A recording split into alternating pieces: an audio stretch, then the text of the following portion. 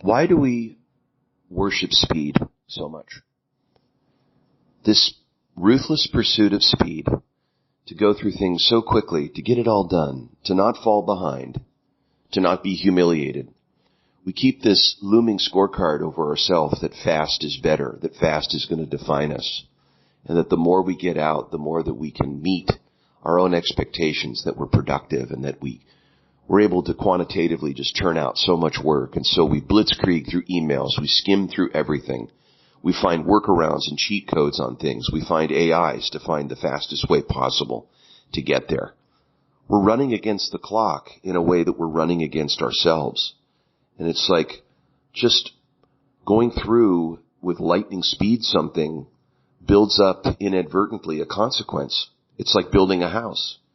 If I rush through and go quickly and I don't pay attention to the details, downstream I'm building up the unintended consequence of looking in the rearview mirror. Go-backs. Things weren't put together well. It's like, imagine a manufacturer making a car for you super quick just to try to get all the cars out and get them on the line, or a doctor that has so many surgeries that she goes through your surgery so quickly just trying to get to them all. There's a point at which speed is actually self-defeating. It's a diminishing return. I call it blind ambition. But if we look deeper at the structural implications of what really is the motivation often that underlies speed, it has to do with a very deep fear of failure. Fear of coming up short, fear of humiliation, fear of failure, that we might not just do it well. And so I have a very life-changing story that shaped me when I was a kid. And it's a story that pains me to talk about because I have a lot of shame around it. But it was also an amazing gift, and I think it will change me for the rest of my life. When I was in 11th grade in high school, one of the major assignments was the 11th grade class paper. Now, this paper was like the SAT test. It had that much of an influence. I mean, the way it was taught was, this is it. I mean, you're going to put, the way it was seen, your life into this paper. It's a research paper, and that to a great degree, this is going to determine your ability to get into college. So lots of pressure, big importance of the outcome around this. And I, having a deep fear of failure, thought, well, rather than do the work, I'll find the easy way, and I'll just buy the paper of the valedictorian the previous year, the one who wrote the best paper, the A+ paper. So I paid $100 to this person, and I bought the paper from them, and they bought it. They bought into my scheme. And so the day I was to turn it in, I mean, this is a paper you're supposed to be working on for the entire year. I didn't do anything, didn't make any effort, and I was at my friend's dad's office. I was Xeroxing the front page to put it in my name and to basically say the paper was mine. I turned in the paper and hoped that everything would go really well. But stupid me didn't realize that the teacher was a lot smarter than I was assuming. That was a really, really bad way of thinking. I just didn't think she would catch me. Well, think again. Mrs. Farnsworth was very aware that this was not my work, because most of the work that I had turned in was already C-level, D-level in her English class. And so 2 weeks later, the class bell went off and everybody got up to get out, and Mrs. Farnsworth looked over at me and said, "John, I'd like you to stay. Would you mind? Would you stay? I need to talk to you about something." When I heard that, I mean, I was literally ready to pee my pants. I thought for sure this is it. That she had pretty much known that this was not me. And I mean, that kind of fear, when it goes through you, I mean, you can't breathe. You feel like life stands still. You feel like you're a deer in the headlights. There's no way out. So she comes over, she sits down, she pulls up a desk, and she sits face to face with me, looking right into me. And I could feel inside of me this shakiness and panic. And she said, "Look, this is not your work. I know that it's not your work. And I'm going to be forced to take you downstairs. We're going to go to the principal's office. Your parents are going to be coming in. And this is going to expel you from school, because according to policy, this is the kind of thing that when you breach this and you do this kind of thing, you've earned your way out of school here. And when I heard her say that, I mean, all I could think about was how my parents were going to look at me, how I was going to be shamed. I mean, this was going to scar me for life. I thought, this is it. I mean, it's over. I mean, at this point, I just totally blew it. And I had that sinking feeling, and she got real quiet, and she said, why don't you take a few minutes just to process all that? And so there was this element of silence that she was able to hold, and that silence felt like a painful birth, almost like a pregnancy. Like, this was so painful to come to terms with this truth that I had truly screwed up, and I made really bad decisions, and I had done something to myself, really, that I'd really let myself down. I'd let everybody down. And my little secret was I was really caught in this deep fear that I didn't want to fail. And so I tried to use a cheat code to get by and try not to face the negative consequences that I thought would ensue if I just did my best and it didn't turn out well. So, I had been a real defeatist in that sense. Like, not even try to just use someone else's work. Anywho, it was all coming down to that moment. And she said, okay, get your backpack, get your stuff. She started to go towards the door, and we walked very slowly to the door. And she stopped, and she closed the door, and she turned around, and she took a deep breath. And she said, go ahead and sit back down. And she came over real slowly. She sat back down. And she, it was like she completely opened up.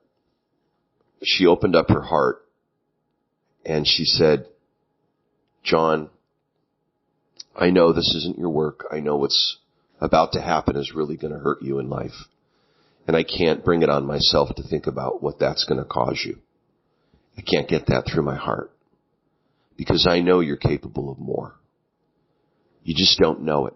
You're already successful. You just don't know how to be. And I had to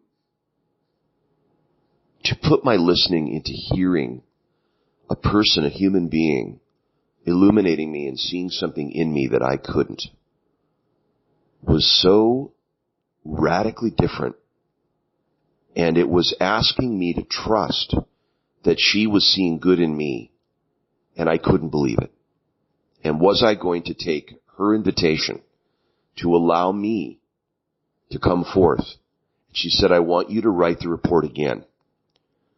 But here's the deal. If you get an A, I'll give you a C. If you do C work, I'll give you an F. But you have to get an A to pass this class. So I want you to put your best foot forward. I'm giving you a second chance. On one hand, I felt that it was undeserved because I hadn't earned her compassion. I hadn't earned her positioning. But at the same time, she was seeing gifts. And it didn't occur to me that the gifts that I couldn't see were ones that only other people maybe could. And that part of her agency in my life was to see me and see me as I am, not as I think. And that really got to a place where I really wanted what she was asking for. I wanted it more than anything. I wanted it to become possible for me to experience myself in a different way. And so I didn't have any friends for 90 days. I went to work. I was at the library every day. I worked my ass off on the report, bottom line. And what I took from that was I experienced a new sense of myself, of what I could give, of what I could do. And I did the work, and I earned an A on that paper. And I don't know today if she could even know how incredibly powerful her decision was in every decision I make today, in how I see people, how I see myself, and what interdependence in being in tune with where other people are and how we see people and how we treat them and who they become as a result. She was an angel that day. She was possessing a quality that I wanted, and that she taught me what stewardship really was, is to serve another even in a point where they don't see the possibilities, but that you don't give up on them, and you say to them, these are things that I can do to serve you, that will support you, and that this situation calls me to bring forth that possibility. And that she initiated me and illuminated me. And by essentially forgiving me for allowing me to make a really successful mistake, that she could see the larger picture. She was providing me a moment in truth when all my life was going to come to this moment. And sometimes everything the future needs just this moment. And we don't know exactly what's going on or what's possible or what we're going to see later in hindsight about it. But this was one of those. And so I'd like you to think about, as a reader, are you Mrs. Farnsworth?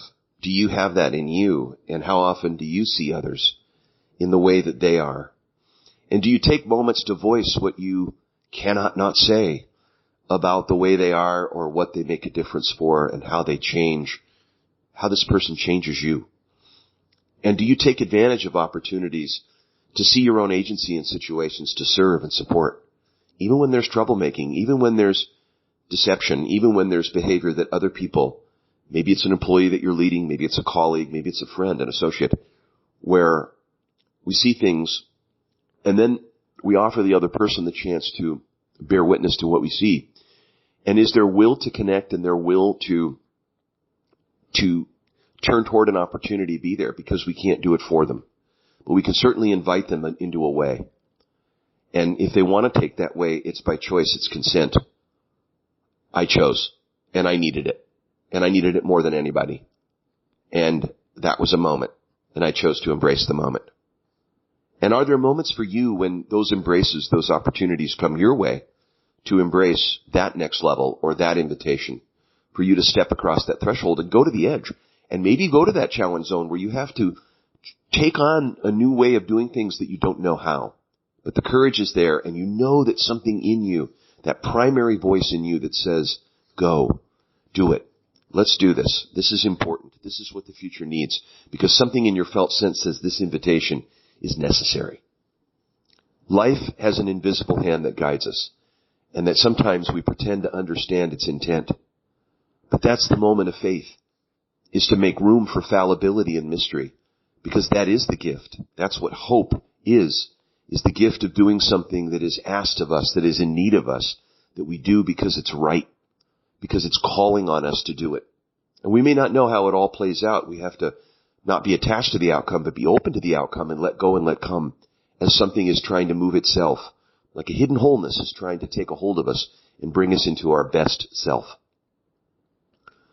Those moments, those fields of fertility, those moments of potential are all around us. They're boundless. We live in the mix, in the atmosphere that we breathe of these kind of energies. And they come out of or arise from respect and love and compassion and kindness and generosity, which is of our own nature. And we truly are interdependent. Whether we want to admit that field of possibility or not, it is there. It is in the room, and we can pull it down or we can reel it in. But when it comes knocking, you open the door. You don't close the door. And you appreciate who gave it to you. You give what you're given, because I will forever be grateful for what her dedication and contribution was to me. And the best way to do that is to give it away, is to express that through my gratitude for her, to give it to other people who present me the opportunity of leadership, to serve, to support. And so I found ways to do that, to give. One of the situations that came to me that always brings me back was a moment when I was tapped on the shoulder outside of a restaurant that I walked out of one morning on a Saturday. And it was an individual. I was in a foreign country. I was in Mexico, and we were near a seaside town. And we were enjoying the day, and this gentleman behind me said, "Excuse me, sir, excuse me, can you help me?" And I turned and I asked him, I said, "What's going on?" And he said, "Well, I have a whole truckload here full of scallops and seafood, mariscos, and my buyer told me that he can't pay me today. It's going to be tomorrow. And I was hoping that with this money I would be able to feed my family." And he turned to the right and he pointed at his wife and son that were standing there. And something in my heart said, is this for real? Is this person looking for that person that they're going to manipulate? You come up with, oh my gosh, I wonder if I should trust the moment. What is this? Is this person for real? Are they really sincere? Are they hoodwinking me? And I thought, well, no matter what, this is my opportunity. So I looked at him and I said, look, I can't give you money, but it sounds like you want something to eat. So what do you like? And I knew there was a little market that I saw down the road that was just 2 blocks away. And he said, well, I want bread. And I said, great. He said, give me some bologna and I'll take this as a soda and how about some chips and things. So I said, can you wait here? I said, I'll be right back. 15 minutes later, I'm walking back and I'm carrying 2 bags. And I see in the distance, he's sitting on a step outside this restaurant. His wife and son are sitting about 20 feet away on a wall. And his head is bowed and he's reading the Bible. And I walked over to him and he looked up at me like I was a silhouette in the sun, like I had a light around me. And he said, oh, he said, you came? And I said, yeah. He said, I didn't think you'd come. I said, why? He said, because I didn't know people like you exist. And he started to cry. And in tears, he looked up at me like a broken soul and he said, I just don't know. There were people like you around. And he said, he came up and he put his hand on my shoulder and he looked at me and said, thank you.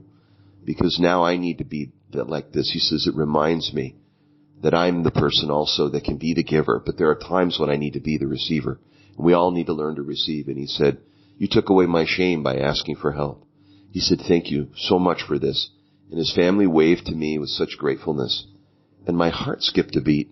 And I felt this incredible interior joy of just being able to help for the sake of it. He gave me the gift that day. The fisherman gave me the gift. I was able to give him something in the moment of need. He felt really shameful about asking for help because he didn't know if I would trust him. But it was my ability to say, no matter what, I have a heart. I have the nature in me that I know, and I can claim that goodness, and I'm going to make it useful. And it made the difference.